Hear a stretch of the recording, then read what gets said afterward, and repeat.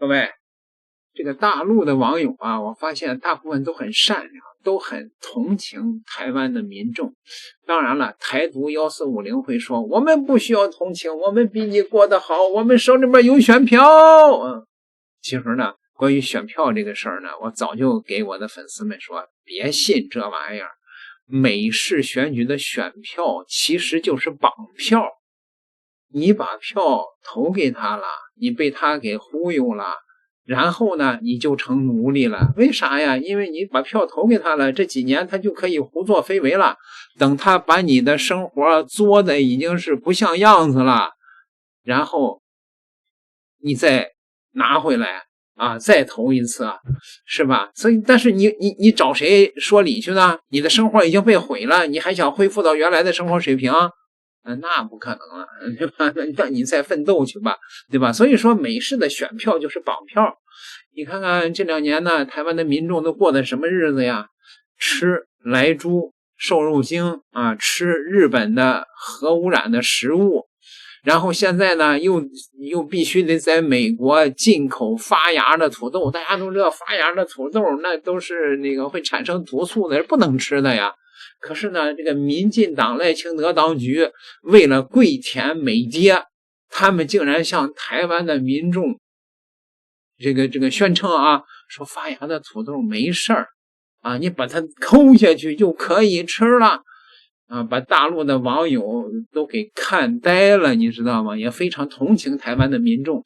大陆的网友藏龙卧虎啊，又有人呐做了一首神曲，刚买的土豆发芽了。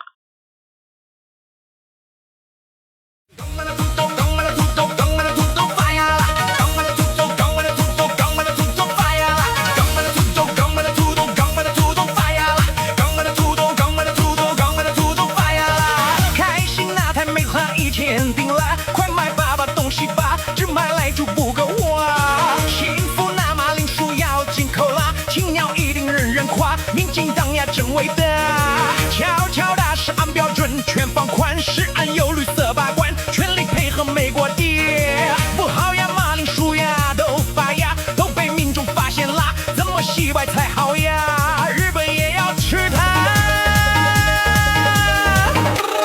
干嘛的土豆，干嘛的土豆，干嘛的土豆发芽了？干嘛的土豆，干嘛的土豆，干嘛的土豆发芽了？干嘛的土豆，干嘛的土豆，干嘛的土豆发芽了？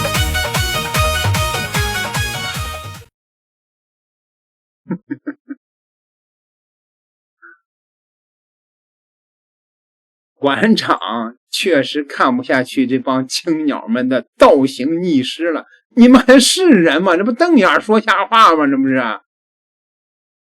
最近青鸟说发芽的马铃薯可以吃，大肆散布这种文章。我不知道台湾怎么了，美国人抢你的钱，美国人还要卖有毒的马铃薯给你吃，你还得吃啊？没关系啦，把它芽刨掉，刨掉就可以吃了。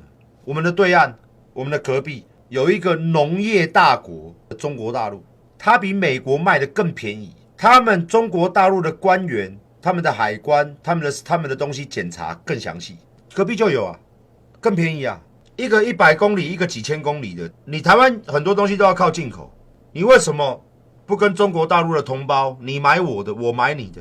明明这么便宜，马铃薯隔壁就有。长芽的马铃薯其实可以吃啊，吃嘞，把芽挖掉可以吃。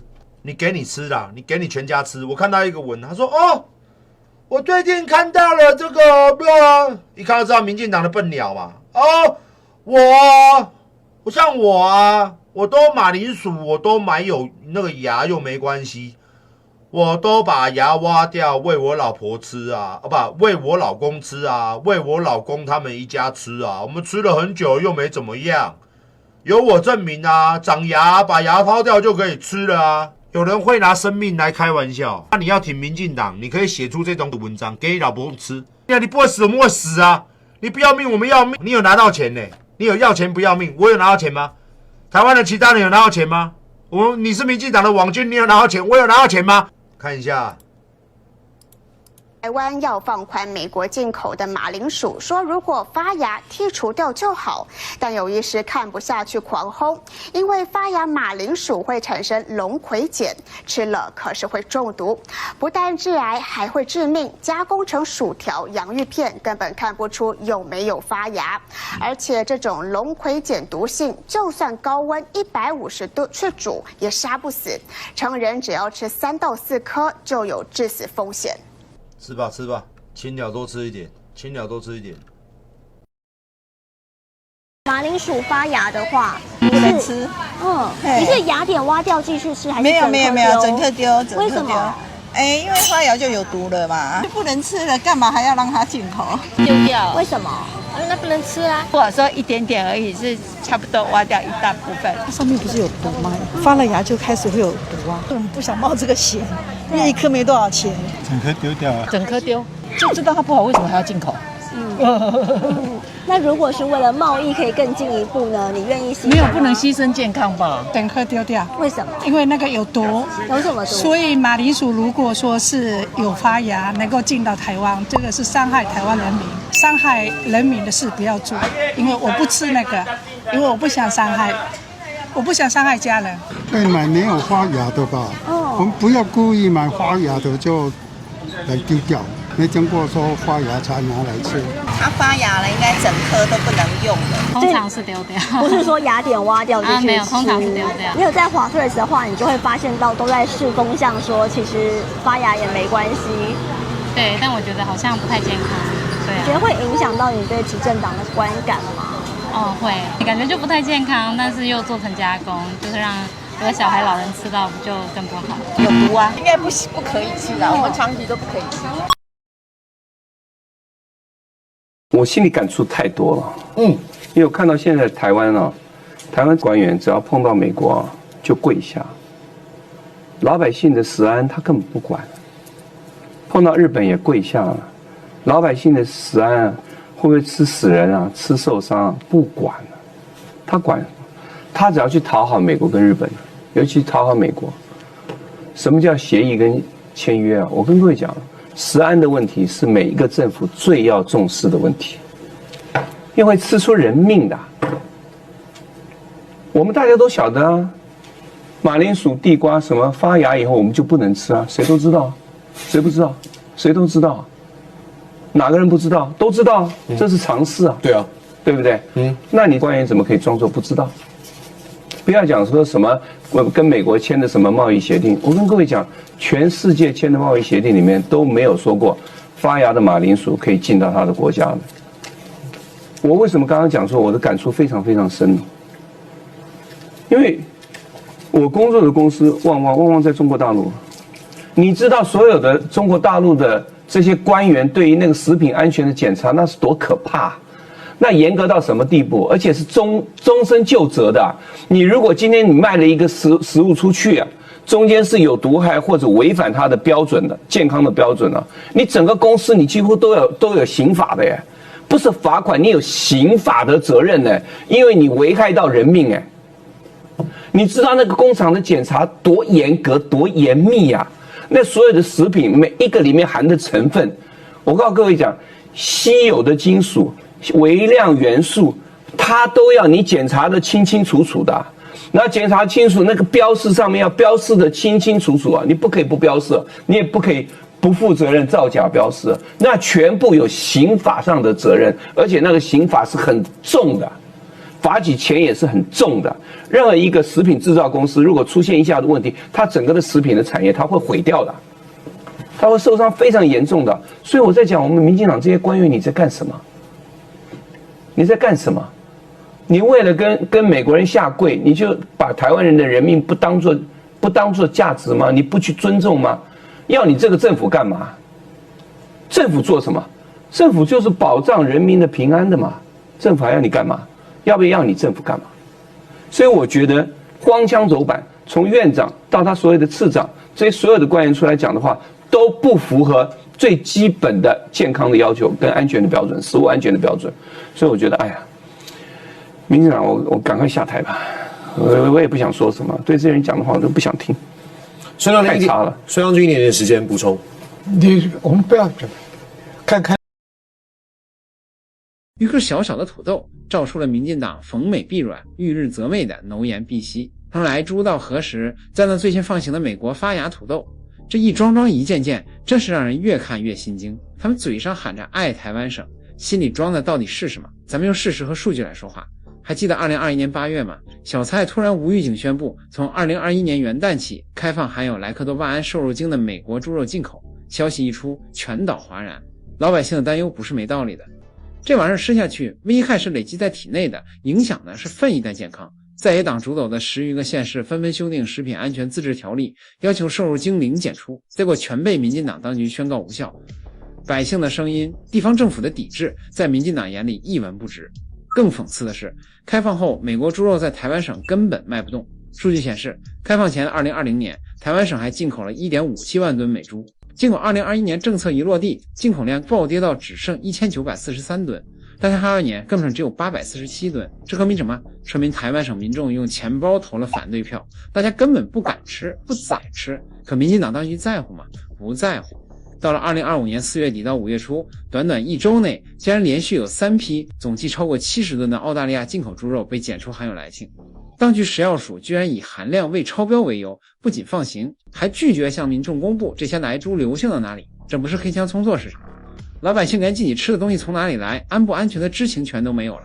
台湾省议题研究中心统计过，光是开放来猪美猪进口这一件事，在网上的负面讨论声量就高达188万多笔，高居民进党执政10大民怨第1名。都是吃来猪是向美国低头，那对日本福岛等地的食品解禁就是赤裸裸的媚日。2011年福岛核事故后，台湾省禁止相关5县食品进口，老百姓称之为核食。2018年，岛内还举行了反核食公投，两国以779万票赞成、223万票反对的压倒性优势通过，明确表达了民众的拒绝。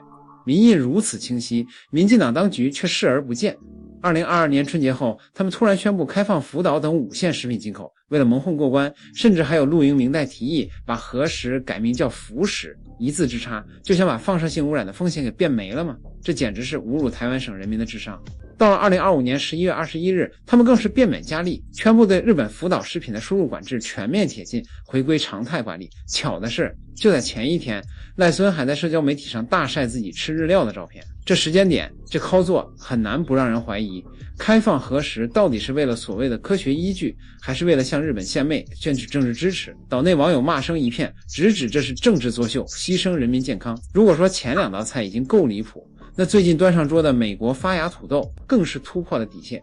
2020年4月，依据所谓的贸易协议，民进党当局修改规定，过去进口马铃薯只要发现1颗发芽，就必须整批退运。现在呢，改成单颗剔除发芽部分，剩下的还能加工使用。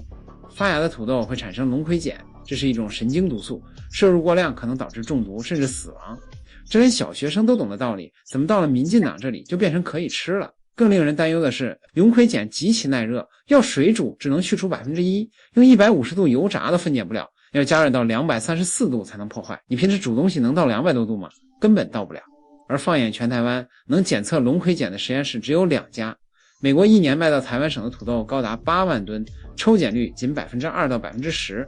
立院议员张思刚算过一笔账，8万吨土豆差不多是5亿颗，而边境查验的实际人力只有85人，一颗看3秒都忙不过来，这叫什么检验？这样的严格把关，不是形同虚设吗？前明代郭正亮直言警告，这些有问题的进口食品，未来恐将全面进入校园营养午餐。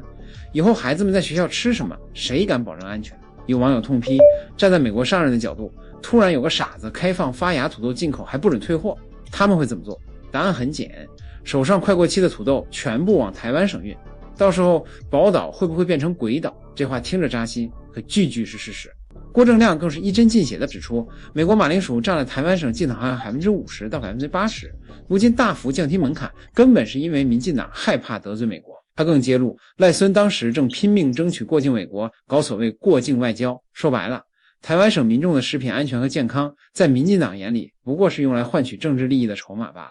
一桩桩，一件件，民进党出卖的是台湾省人民的餐桌安全，换取的是他们的政治算计。从来猪到核食再到毒土豆，民进党的剧本如出一辙，虽是不过汹涌民意强行开放，再用符合国际标准、科学依据等话术搪塞，最后动用网军带风向，把民众的合理担忧污名化为谣言或疑美论。他们再也是高喊零检出，执政后却说微量吃不死。他们可以对大陆的食品安全标准指手画脚，却对美国、日本的问题产品大开绿灯。